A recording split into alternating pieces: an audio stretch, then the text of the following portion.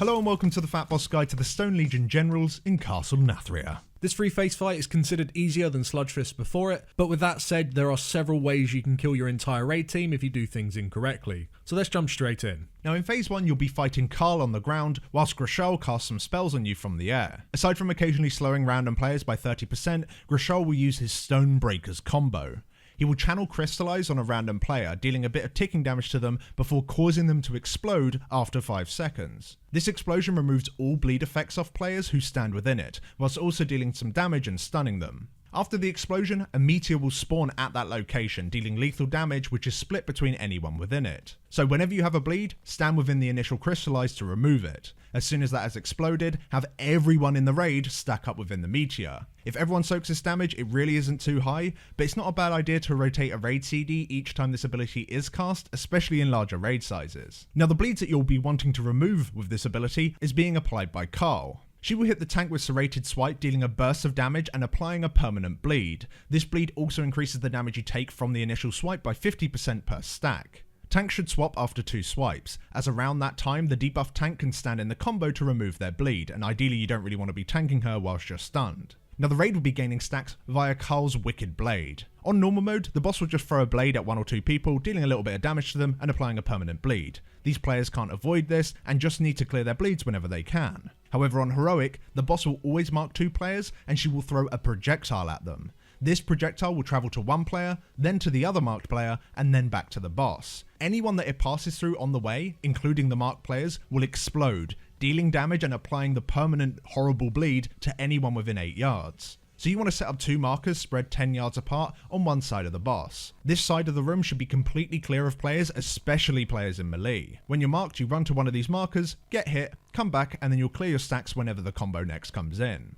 On top of this, whilst you're fighting Kaal, healers will need to deal with the Heartrend debuffs. She'll apply these to a few players, dealing low ticking damage over 36 seconds. Now when this expires or is dispelled, the debuffed player gains a new nasty 6-second dot that can't be dispelled. So healers want to dispel the initial Heartrend debuffs in a staggered way, so that those players that get the nasty dot can receive the healing that they need. You also want to avoid dispelling people if it overlaps with large incoming raid damage. On Heroic, you will have a Goliath Add that will spawn infrequently throughout the fight until phase 3. On normal mode, this add only spawns during the mana phases. Now this add needs to be tanked, ideally next to the boss, whilst it's focused down by all DPS, as this guy is gaining a permanent % damage increase over time, and it also spawns in quite frequently. The add will also jump on top of a player, stunning them whilst dealing very heavy damage to them in a short period of time. This target player basically requires spot healing to survive. Now when this add reaches low health, he will begin to reduce all players' incoming healing by 10% every second, and this stacks up to 8 times. You want to execute this add as soon as possible just to reduce the time that the raid is taking reduced healing.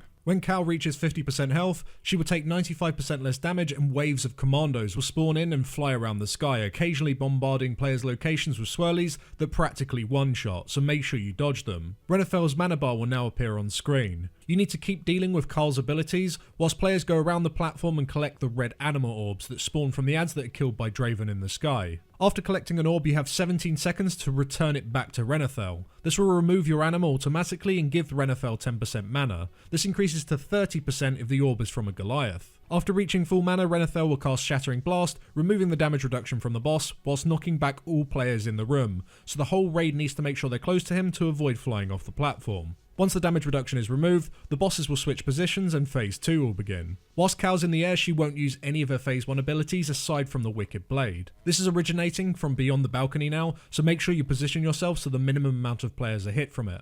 Grashaal keeps his Stonebreaker combo, which you should continue to use in the same way, but also has 3 new abilities. Stone Fist is a large hit on the tank that also knocks the tank back. It increases the damage you take from this ability by 100% for 40 seconds, so tanks should look to taunt after 2 stacks. Seismic Upheaval will spawn swirlies underneath players that quickly erupt, dealing damage to anyone nearby. Spreading loosely before this ability is cast can help you dodge it. His most dangerous ability is the Reverberating Eruption. He will mark a player and 5 seconds later they will take a burst of damage and spawn a zone on the ground.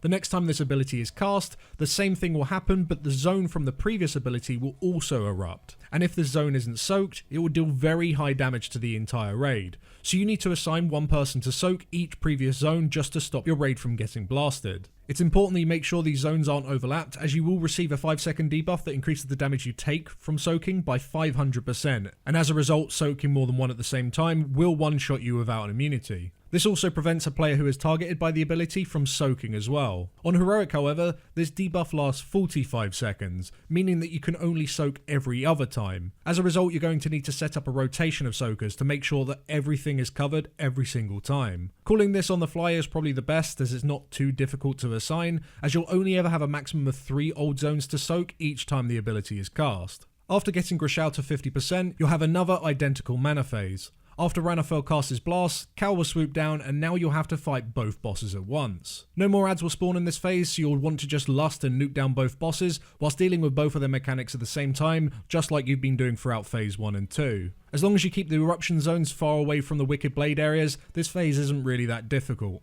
The last thing to mention is that you'll want to kill both bosses at the exact same time, because once you've killed one of them, the other will gain a huge damage increase that will wipe you very, very fast. So make sure your damage is even throughout the phase so you can keep the bosses permanently stacked. But thanks for watching. If you want to read up more about this encounter or just have a handy written guide with images to refer to during your raid, then do go check out our guide over on Wowhead. A link for that is in the description below. And before you go, check out our sponsor CurseForge. Installing add-ons fast can be a little bit of a headache, but the new CurseForge installs and manages your add-ons with ease. It's super simple to browse for new add-ons, and existing add-ons you've already got installed can be updated with a single click, which is always nice for a time like now during the early weeks of an expansion where add-ons are being updated almost daily. CurseForge is free to use, and a portion of the revenue it makes is shared amongst mod authors, so if you want to support the channel and people that make your UI look pretty, then go download it. We have a list of add-ons that we use for raiding and things that we recommend you should try in the description below, so go and have a look.